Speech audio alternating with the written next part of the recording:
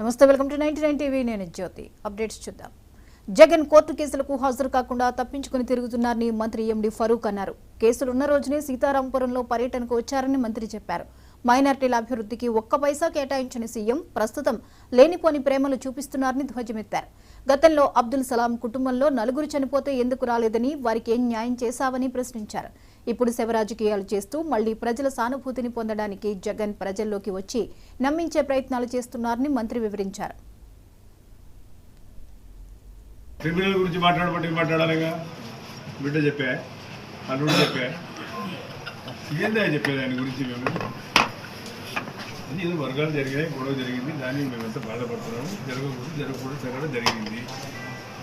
దాన్ని ఇంత అయినాడు, వర్షాలు పడలేదా, ప్రజలు ఇబ్బందులు ఉండాలి, దాని గురించి మాట్లాడామంటే రాజ్యుడికి వచ్చాడు ఆయన.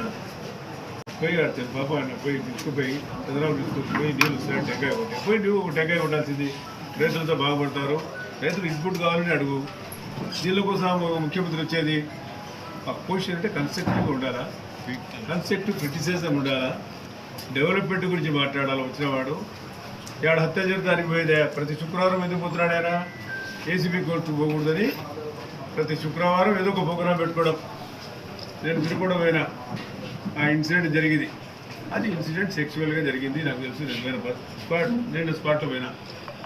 నేను ఆ రోజు పార్టీ ఆఫీస్ చూస్తే నేను చక్కగా వినుకోవడం పోయినా, ఇంకా వాళ్ళ సేవ పెట్టాలి ఏం జరిగిందని నేను పోయినా కూర్చున్నా. ముస్లిమ్స్ చూసి మాట్లాడితే అన్న ఎందుకు లేదా జరిగింది ఆడపిల్లల విషయము, ఎందుకు బయట పెట్టాలా, ఏదో అది ఎప్పటి నుంచో ఉంది గొడవ. ఇక ఆ పీరపడ కొట్టుకొని తెచ్చాను, మళ్ళీ ఈ పీరపడ నేను తెచ్చినాడు, ఇలా గొడవ జరిగింది అంటే నేను కూడా సైలెంట్ అయిపోయాను. ఎందుకు ఆడపిల్లల విషయం పెట్టాలా, అది ఎందుకు జీవితం నాశనం చేయాలని. దాని గురించి ముఖ్యంగా ఆయన వస్తాడా?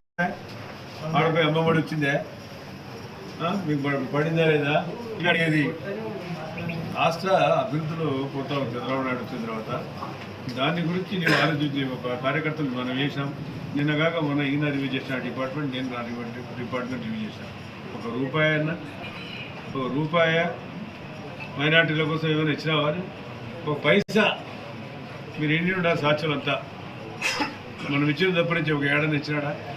అక్కడ కంపౌండ్ వాళ్ళు కానీ, ఒక మసీదు కానీ, ఒక చర్చికి కానీ, షాదీఖానా కానీ ఏమైనా ఇచ్చినాడా? మనం ఇచ్చిన డబ్బులో రిలీజ్ చేయలే. 5 ఏళ్ళు గడిచిపోయింది, ఒక్కరి పలకరియలే. దీనికి ఈ పని కోసం వచ్చినావా? నేను చెప్పలే. ఇంకా క్రిమినల్ గురించి మాట్లాడాలిగా బిడ్డ చెప్పా, అల్లుడు చెప్పా, ఏందా చెప్పేది ఆయన గురించి. మేము అది ఏదో వర్గాలు జరిగాయి, గొడవ జరిగింది, దాన్ని మేమంతా బాధపడుతున్నాము. జరగడం జరిగింది. దాన్ని ఇంత అయినాడు, వర్షాలు పడలేదా, ప్రజలు ఇబ్బందులు ఉండాలి, దాని గురించి మాట్లాడామంటే రాజ్యుడికి వచ్చాడు ఆయన. పోయి ఆడుతాడు పాప, ఆయన పోయి తీసుకుపోయి చంద్రబాబు తీసుకుపోయి నీళ్ళు వస్తాడు, టెంకాయ కొట్టాయి. పోయి నువ్వు ఒక టెంకాయ కొట్టాల్సింది. రైతులతో బాగుపడతారు, రైతులు ఇన్పుట్ కావాలని అడుగు. దీని కోసం ముఖ్యమంత్రి వచ్చేది